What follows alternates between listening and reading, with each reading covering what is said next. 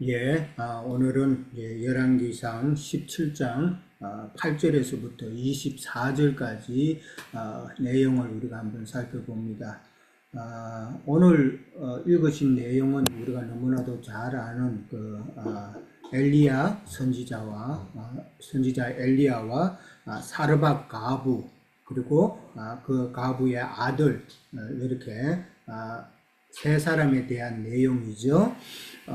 읽으신 대로 8절에서 16절까지는 이제 기근을 만난 그 사르밧 가부의 집에 이제 가루와 통과 그 병에 가루와 기름이 채워지는 그런 내용이죠. 그런 내용이고, 그 다음에 17절에서 24절까지는 이제 사르밧 가부의 아들이 이제 죽었지만은 엘리야가 살리는 그런 내용입니다. 세상 교회에서는 이 부분을 갖다가 참 해석하기 힘들어 하죠. 해석하기 힘들어 할 뿐만 아니라 문자적으로 이해하다 보니까 또 그렇게 잘 믿어지지 않는 그런 모습도 또 있겠죠. 그렇지만은 어떻게 보면 상당히 이적적인 그런 기사잖아요. 이해하기 어려운 그 이적적인 기사이기 때문에 문자적으로 이해하면은 더더욱 이해가 안 되는 그런 내용이죠.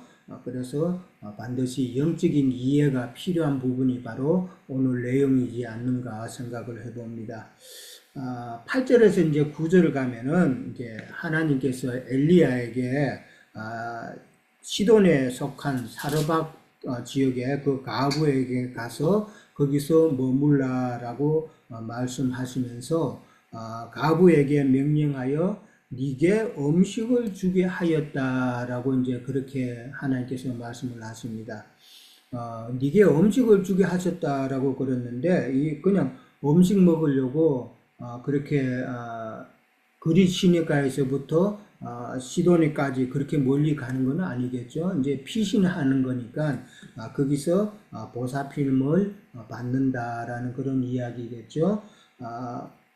시돈이라는 것은 이제 지난번에도 잠깐 말씀드렸지만은 엄녀 이세벨의 고향이다라고 말씀드렸죠. 그 시돈에 이세벨의 고향인 그 시돈에 사르밧 지역에 가부가 있었다라는 것이죠. 이 사르밧 가부는 선지자의 아내로서 또 가부고, 사르밧 가부가 상징하는 것은 장자교회를 상징하는 그런 모습이다라는 것을 먼저 이해하시면 되고요.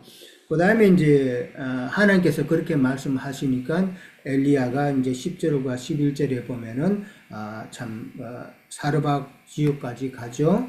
가서 그 사르밧 성문에 이르러서 보니까 나무 가지를 줍는 가부를 보게 됩니다.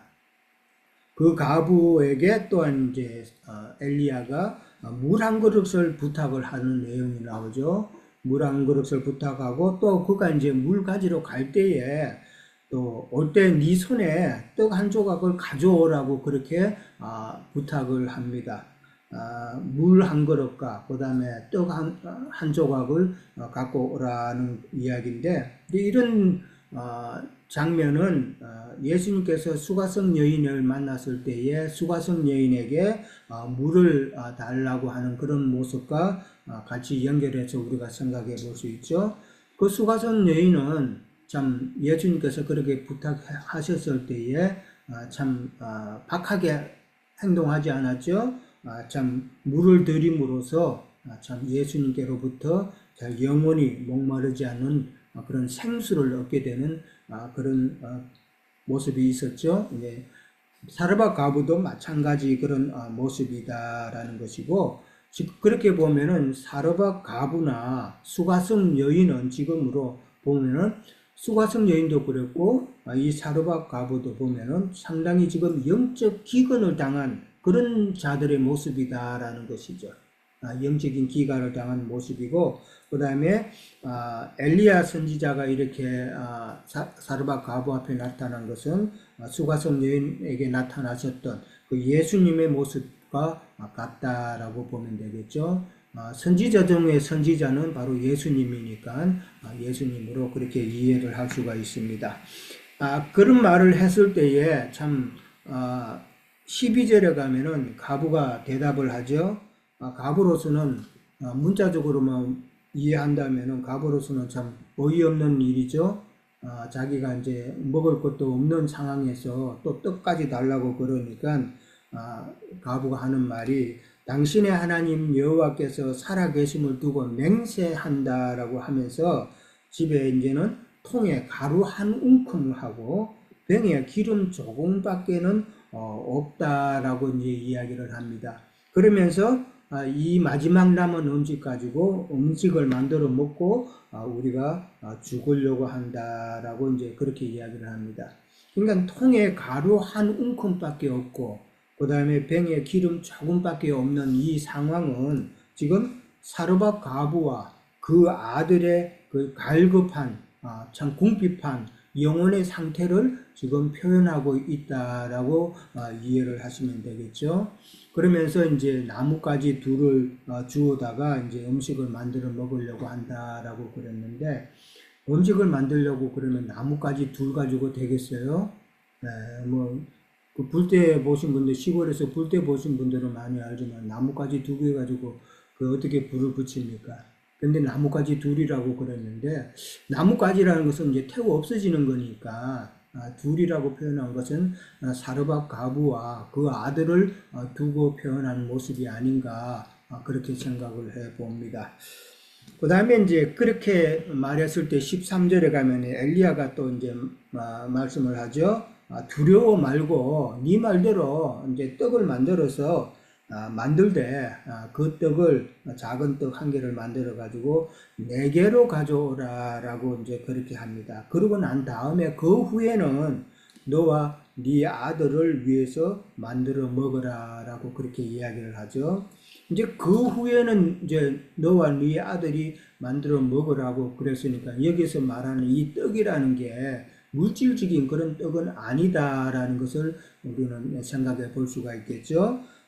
참 이 작은 떡 하나 이걸 갖다가 엘리야에게 이제 달라라고 이제 엘리야가 이제 그렇게 이야기를 합니다. 이 작은 떡 하나는 정말 얼마 되지 않는 양식이잖아요. 얼마 되지 않는 양식인데 우리가 얼마 전에 형제님께서 마태복음 그 오병이어를 이제 말씀을 나눠 주셨죠. 거기처럼 오병이어의 떡 5개와 물고기 2마리에 해당되는 그런 작은 음식이다라는 것이요. 결국은 그것이 마태복음 14장에도 단순한 질문이 이제 많은 사람들이 참 먹고 남은 그 생명 양식을 공급한 것이다라고 이제 그렇게 보게 되면은 이 작은 떡이라는 것도 그런 식으로 우리가 이해를 해야 된다라는 것이죠. 그러면서 이 가부는 이 마지막 참 고난의 시간이잖아요. 마지막 참 기근의 때까지 이렇게 떡 한 개를 만들 수 있는 가루와 기름을 가졌다라는 것은 그래도 그나마 생명 양식을 붙잡고 있었다라는 그런 의미로 생각해 볼 수 있지 않을까 생각합니다. 그러면서 이제 내게로 가져오라라고 참 중요한 말을 합니다.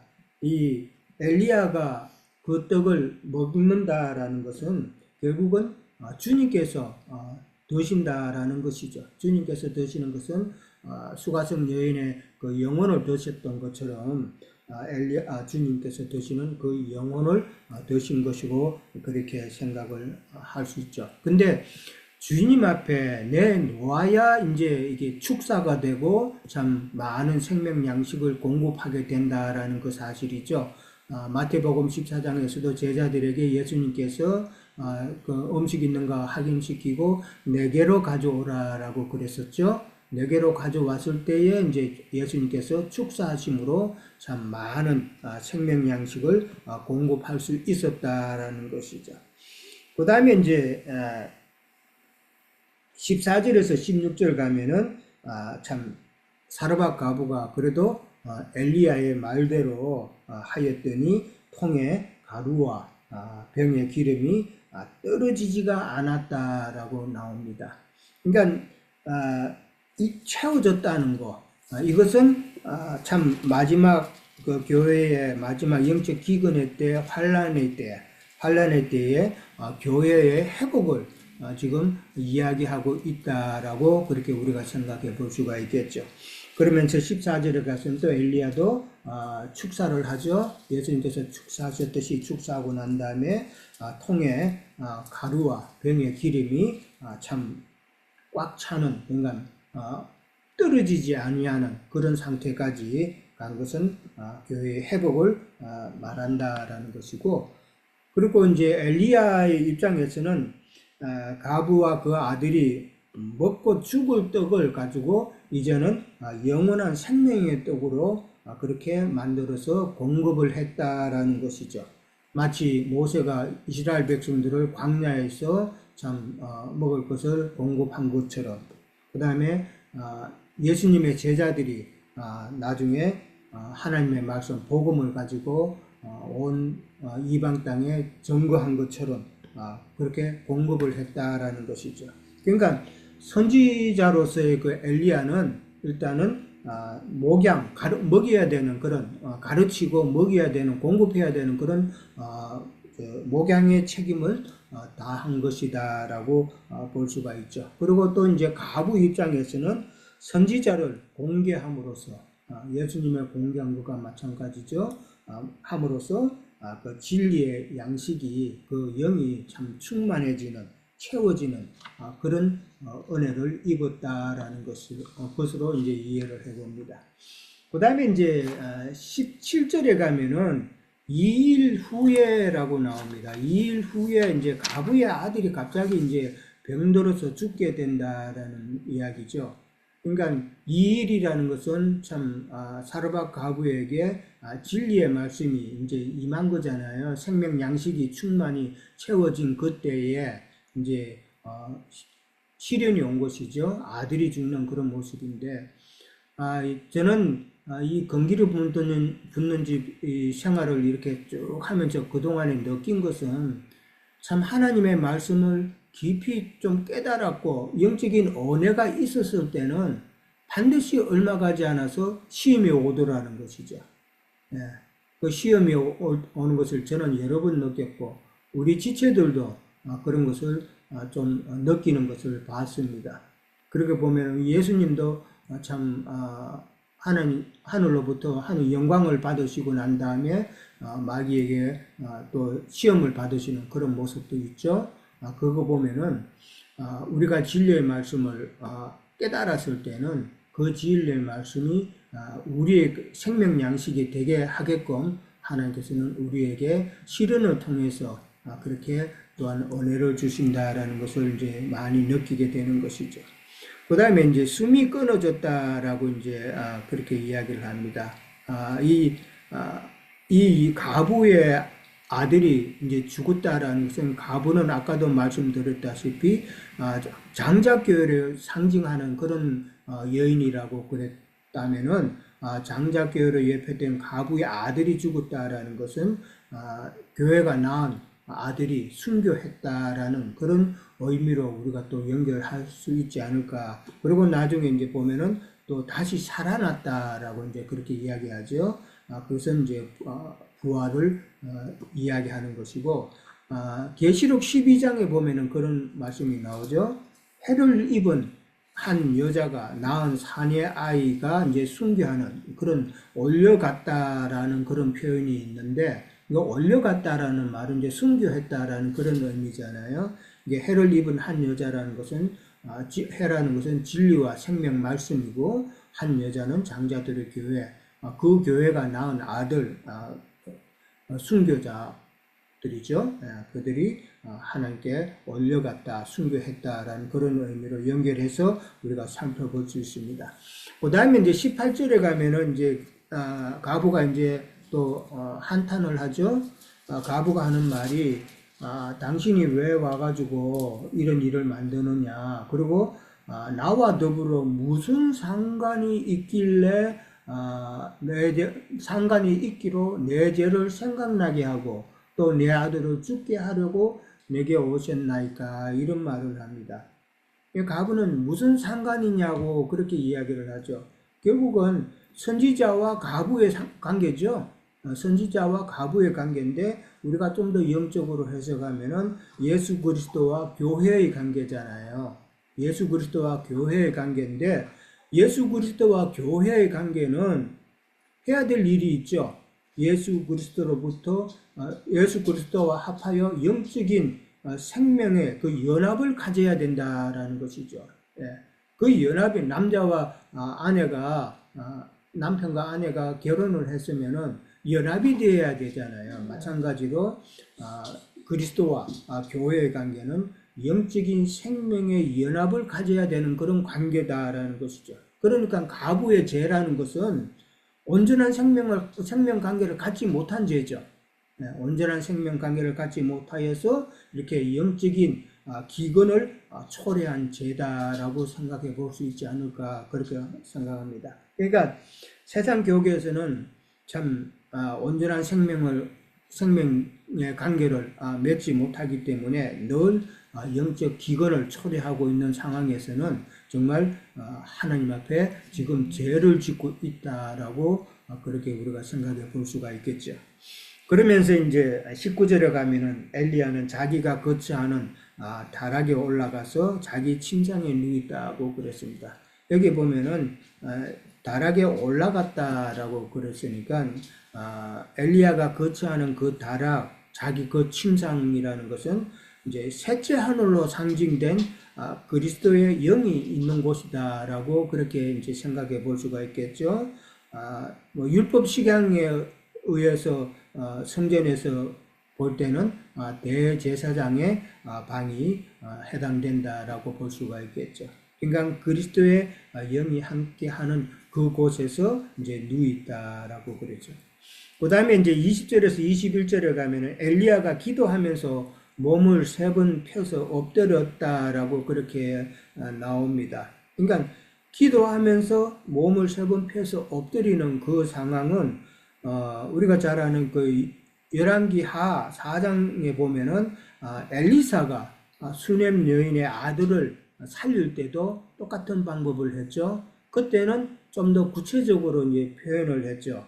엘리사의 그 입을 그 수넴 여인의 아들의 입에다 대고, 그 다음에 자기 눈을 그의 눈에다가 대고, 자기 손을 그의 손에 대고 그렇게 엎드렸다라는 기록이 나옵니다. 똑같은 경우죠. 엘리야도 지금 이 가부의 아들 위에 엎드릴 때도 똑같은 상황이었을 거다라는 것이죠. 이 말씀 우리는 잘 알죠.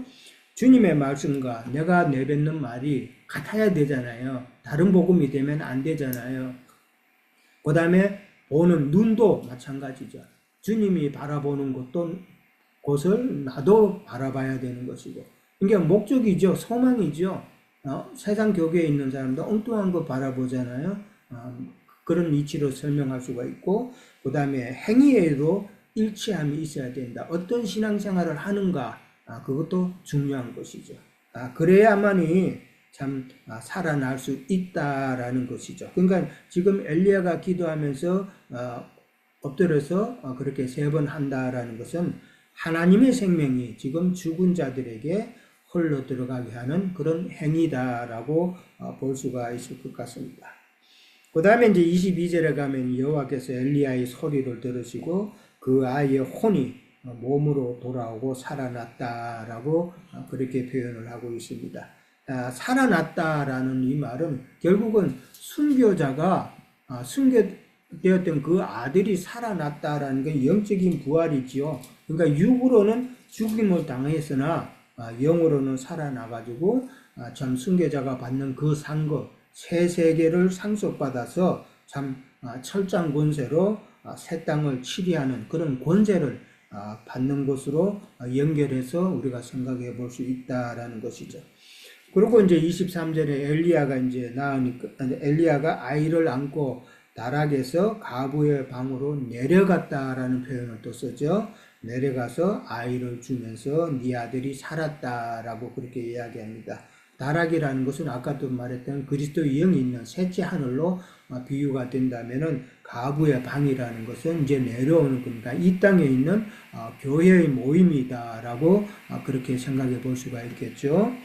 그러면서 이제 24절에 가면은 여인이 이제 고백을 합니다. 내가 이제야 당신은 하나님의 사람이고 당신의 입에 있는 여호와의 말씀이 진실하다라고 고백을 합니다. 이것은 이제 하나님과 그 가부가 하나님과 온전한 생명 관계가 되었다라는 것을 시인하는 모습이죠. 시인하는 그런 모습인데, 근데 이제 진리와 계시된 말씀으로나 이게 하나님과의 온전한 생명 관계가 된다라는 말도 우리가 또 생각해 봐야 되죠. 진리로 하지 않는 그것은 하나님과의 온전한 연합을 이룰 수가 없다라는 것도 우리는 또 생각해야 되는데, 그렇게 보면은 세상 교회는 너무나도 말씀에 대한 갈급함, 지금 요즘 이제 연말 12월 달이다 보니까 각 교회들이 행사를 참 많이 해요. 행사도 많이 하고, 그래서 저도 참 엄청 요즘 바쁜 때인데, 근데 보면은 다 말씀에 대해서는 갈급함이 없고, 어떤 행사, 또 사람과의 관계, 그 다음에 새벽기도 뭐 40일 새벽기도인가 뭐 그런 거 한다고 아침 일찍 가고 하는 그런 것으로 이제 참 시간을 보내게 있는데, 그런 거 보면 참 좀 답답하다는 생각이 듭니다. 정작 필요한 것은 지금 가부의 말씀대로 당신의 입에 있는 여호와의 말씀이 진실하다라고 고백하잖아요. 다른 거 고백 안 하잖아요. 말씀이 그 말씀이 정말 참된 말씀이다라는 것인데, 그 참된 말씀이 있어야 하나님과의 온전한 생명 관계가 이루어진다라는 그런 말로 또 우리가 생각해 볼 수가 있는 것이죠. 자, 저는 이제 여기까지만 하고 끝내겠습니다. 더 이어주세요. 네. 네, 수고하셨습니다. 예, 뭐 오늘 장면은 여러 가지로 저도 생각이 들고, 뭐 우리가 바울 사도가 그 사도행전에서 두기고가 아니 유두고네, 유두고가 그 창문에서 떨어진 그 청년을 이렇게 살리는 장면을 보고 그러는데, 어, 이 장로 형제님과 이렇게 교회 생활을 하다 보면은 많은 사람들이 왔다가 이렇게 또 아, 떨어져 나가고 또 이렇게 갈라서게 되고 이제 그런 경우가 있었는데, 여기 오늘 이렇게 진행하는 말씀들을 보면서 어, 우리가 신앙생활 여정에는 유영진님도 말씀했지만 어떤 그 상황이 또 이렇게 와서 이렇게 에, 에, 이렇게 분별되고 또 이게 진리 안으로 더 오는 사람도 있고 또 진리가 새롭게 이해돼서 이렇게 오는 것 같습니다. 그래서 이 24절에 보면은 이제야 당신은 하나님의 사람이요 당신의 입에 있는 여호와의 말씀이 진실한 줄 아노라 이렇게 고백을 하는데, 우리가 형제님과 이렇게 신앙생활을 하면서 갈수록 정말 형제님의 입에 있는 말씀들이 우리들을 금기름으로 정말 우리들의 그 심령에 이렇게 적셔지게 하는 이런 것들을 느끼잖아요. 그래서 오늘 여기서도 뭐 기름도 얘기도 나오고 그래서 또 이제 떡이 나오는데, 주님도 늘 그러셨죠. 내 살과 그 피로 너희들이 영생을 얻는 말씀에 있다. 이렇게 이제 내 살과 피로 이렇게 정의를 하셨는데, 그것은 뭐 하늘의 생명의 빵으로도 우리가 이해할 수 있고, 떡이 빵이니까 신약에서는 빵으로 많이 이렇게 하죠.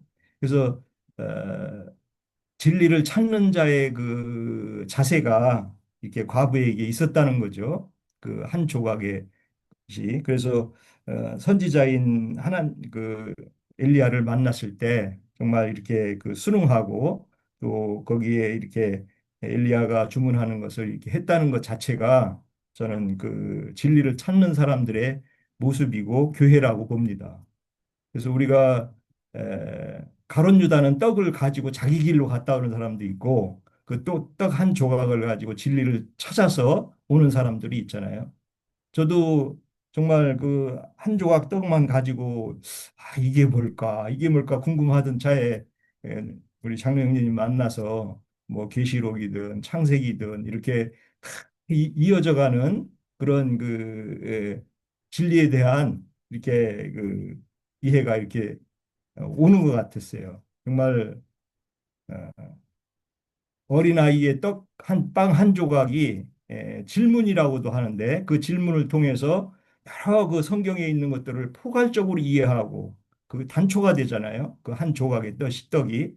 그래서 여기서 보면은 뭐 어, 하나님 여호와 말씀이 여호와가 비를 지면에 내리는 날까지 통에 가루가 떨어지지 아니한다 이랬는데 기름도 없어지지 아니라 했는데 정말 주님의 말씀의 진리의 말씀은 우리가 아, 누리면 누릴수록 더 영생하는 말씀이 내 우리 심령 안에서 이렇게 이어지는 것 같아요. 그래서 우리 모임 교회에 하늘의 장대학교에 있는 모임에 오면은 정말 그가 뭐 다른 생각으로 다른 쪽으로 이렇게 에, 졸다가 유두고는 졸다가 떨어졌다는데 창문가에서 졸지만 않는다면은야 얼마든지 더 풍성하게 하늘의 생명 영생 양식을 얼마든지 우리가 먹고 그 궁금증을 다 풀어간다고 보는 거죠.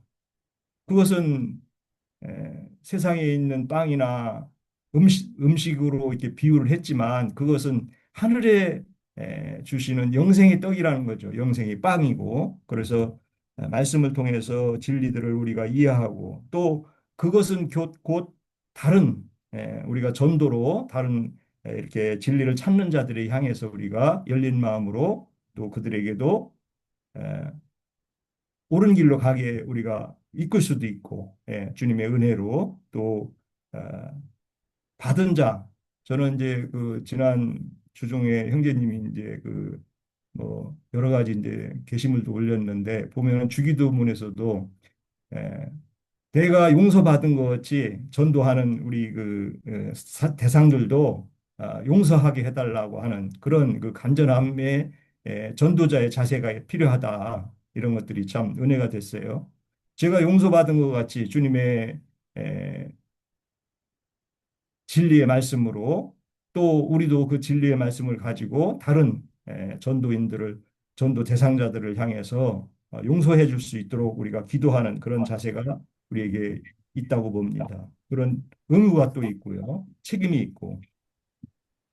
그래서 그 엘리야와 이 과부로 이어지는 이런 그 내용은 뭐 우리가 다 알다시피 교회와 주님의 그 교회에 보내신 사역자의 관계가 이렇게 전개된다고 봅니다. 그래서 그 신앙생활 중에는 또 이렇게 에, 떨어져 나가고 죽게 되는 자들을 다시 돌이키게 해주고 또 부족한 사람들을 다 온전케 해주는 그런 사역이 우리에게 요구되고 또 책임이 있다고 봅니다. 그래서 저는 에, 처음에 교회 왔을 때는 어떤 시간을 두고 우리가 기다려줘야 되고 또 그 여러 가지 뭐 상황이 왔을 때 유형진에게는 상황이 왔을 때 이렇게 돌아서게 되는 그런 분들을 많이 봐요.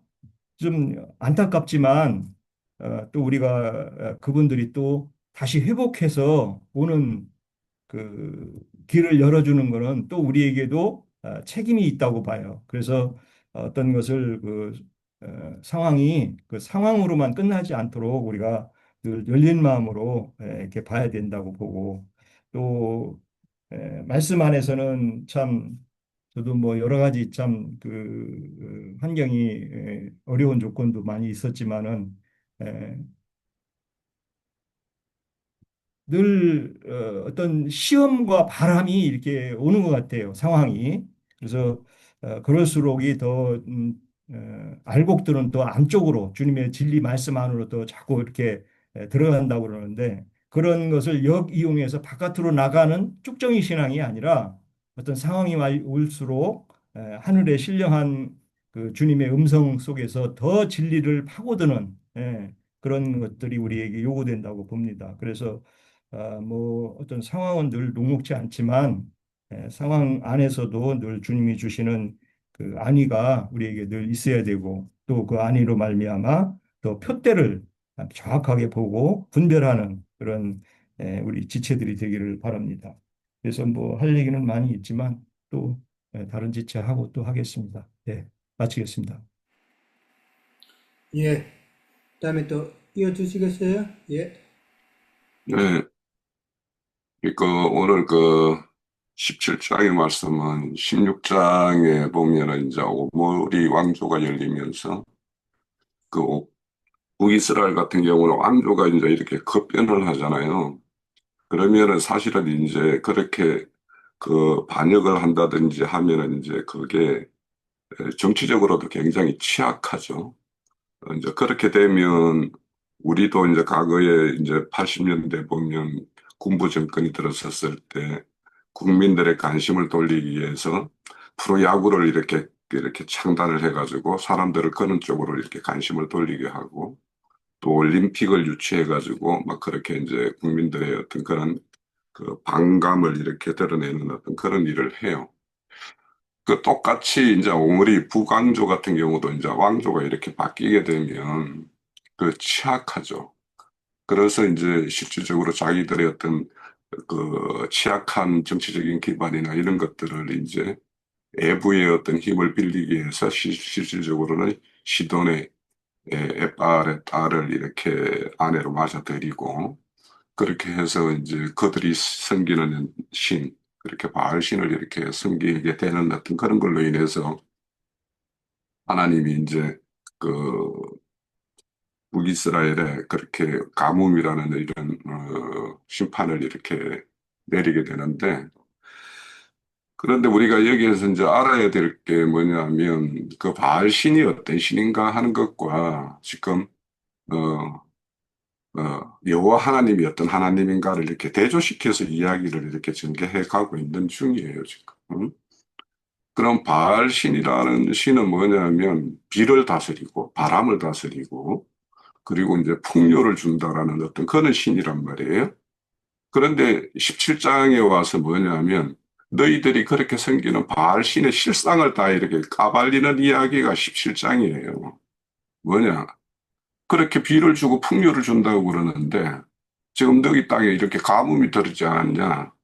그러면 너희가 섬기는 그 바알 신이 진짜 비를 다스리고 그렇게 풍요를 주는 신이 맞냐라는 걸 이렇게 눈으로 보여주는 거죠. 이제 그런 것이고 또 이제 풍요를 준다라면 너희들 중에 왜 과부가 그렇게 한움의 가루를 먹고 이제는 죽으려고 하는 어떤 그런 형편에 있는 사람들이 그런 사람들이 왜 태어나느냐 이런 것들도 이제 반증을 하는 거죠.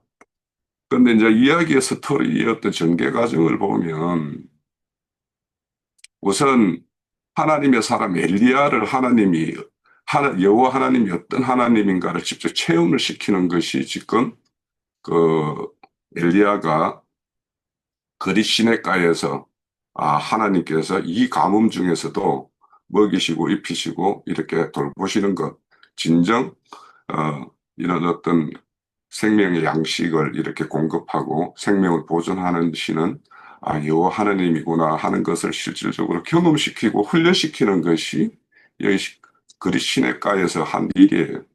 이런 훈련된 선지자 엘리야를 이제 직접 어, 그 바알신의 본거지인 사르밧으로 시돈 땅 사르밧으로 보내는 거죠. 그래서 거기 가서 실상 그들의 이제 그들이 섬기는 신이라면 풍요를 이렇게 누려야 될 텐데, 오히려 이런 아주, 빈곤을 이렇게 처한 한 가부를 이렇게 찾아가는 거죠. 그래서 그 가부에게 이제, 엘리야의 하나님이 어떤 하나님인가를 직접 이제 체험시키는 것인데, 여기에서 이제 거기 보면 이제 문을 닫고 이제, 에, 병과 통을 이렇게 가지고 그 가루와 이렇게 기름을 채워요. 여기에서도 이제 실질적으로 여기 모사된 거는 이제 가부가 이렇게 먹을 양식을 이렇게 공급하는 걸로 묘사되지만 실질적으로는 그 뒤에 죽은 아들을 살리는 이야기로 이런 걸로 연결시켜 본다라면 이제 통과 병은 우리의 어떤 속사람의 혼과 이렇게 영이라고 볼 수 있을 것 같아요. 그래서 영의 기름을 이렇게 붓는 것은 영의 구속을 이렇게 상징하는 것이고, 통에 가루를 이렇게 채우는 것은, 가루라는 것은 이렇게 에, 갈고 이렇게 분쇄를 해야 되는 거니까 옛사람을 이렇게 분쇄하고 그래서 새 사람으로 이렇게 채우는 어떤 그런 것을 묘사하는 것이라고 보여져요. 그래서 이제 그런 어떤 걸 체험하고는 어, 그 이웃들에게 이렇게 그 통과 기름을 이렇게 구해보라고 해서 이렇게 하는 것을 우리가 잘 알죠. 그 이웃들의 어떤 그 전도를 해서 그들에게도 통과 병에 기름과 가루를 이렇게 채워서 새 사람으로 이렇게 만드는 어떤 그런 사역을 이야기하는 것이고, 그리고 이제 실질적으로 그 죽은 여인의 아들은 바알 신의 어떤 통치 아래 있는 사람들의 어떤 실상이 어떤 것인가 하는 것을 이렇게 드러내 보이는 것이고, 그런 자들이 하나님 앞에 나와왔을 때 어떻게 살림을 받고 하는 것인가 하는 것들을 이렇게 보여주는 것이어서, 근데 이 이야기를 이제 18장까지 이렇게 연결시켜 보면 예수님의 사역하고 똑같아요, 이 사역이. 예수님도 처음에 이렇게 뭔가 병 고치고 치료하고 이렇게 살리고 뭐 이렇게 하는 거는 모르게 그냥 이렇게 아주 엄밀한 곳에서 이렇게 제자들만 데리고 다니면서 이렇게 했어요. 그런데 이제 어, 지금 엘리야가 그렇게 하고 있는 거예요. 그런데 나중에 이제 18장에 가면 이제 그 갈멜산에서 그 바알과 아세라 신을 생기는 그 사제들과 이제 공식적인 이제 공개적인 어떤 그런 영적 전쟁을 보여주죠. 그래서 예수님도 그래요. 그렇게 하다가 최종적으로는 그 예루살렘 성전에 들어가 가지고 그들 유대교 체계의 어떤 그 중심에 들어가서 그래서 이제 그들과의 어떤 전쟁이 십자가로 이제 최종 마무리되는 어떤 그런 전쟁을 치르는 것이기 때문에 그래서 실질적으로 16장에서부터 18장까지의 어떤 이야기의 어떤 전개 과정은 예수님이 이 땅에 오셔서 그렇게 3년의 어떤 공생애를 이렇게 행하는 것과 그리고 최종적으로 그 유대교에 들어가서 그들과의 어떤 전쟁으로 최종적으로 죽음을 만든 어떤 그것과 똑같은 어떤 흐름이다. 그렇게 보입니다. 네. 예. 혹시 또 다른 지체분들 하실 말씀 있으신가요?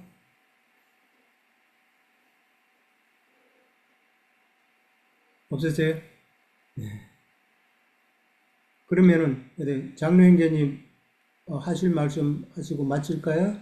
예. 오늘 뭐 내가 참여하지 않아도 지금까지 나눈 말씀으로 충분한 것 같아요. 어, 나는 더 이상 추가를 꼭 해야 될 필요를 느끼지 않습니다. 예. 사르밧과 예. 사르밧 과부라는 건 이방인들의 교회라는 뜻이고 사르밧 과부의 아들이라는 건 교회의 사역자들인데 아까 우리 비령제님이 유두고라는 그 청년이 창문에 이렇게 걸터 앉아서 깊이 졸다가 떨어져 죽었다고 했던 그런 내용과 이게 연계하는 것은 매우 합당하다고 생각을 했어요. 그런 경우들이 뭐 많이 있죠. 예수님 때만 그런 게 아니고 사도들 때만 그런 게 아니고 오늘 우리들의 그 시대에도 교회 모임에 왔다가도 사실은 그 깊이 준다라는 말은 자기의 생각이 빠져 있다라는 것을 상징하기 때문에 자기의 그 영적인 선지식 때문에 바울 사도의 말이 명확하고 밝게 심령에 큰 소리로 그 하나님의 나팔 소리, 천사들의 호령 소리로 들렸다면 그게 좋을 리가 없죠. 자기가 아는 선지식이 자꾸 가리니까 자꾸 혼자 나름 뭐 이것저것 분석하고 뭐 판단을 하다가 이제 깊이 조르게 된 것인데, 그렇게 되면 당연히, 그러고 들어와 있어야지 창문 트리고 앉아 있었겠어요. 그러니까 벌써 마음을 완전히 바울 사도와 함께하는 교회 모임에 신명과 마음이 완전하게 연합되지 않은 사람이죠.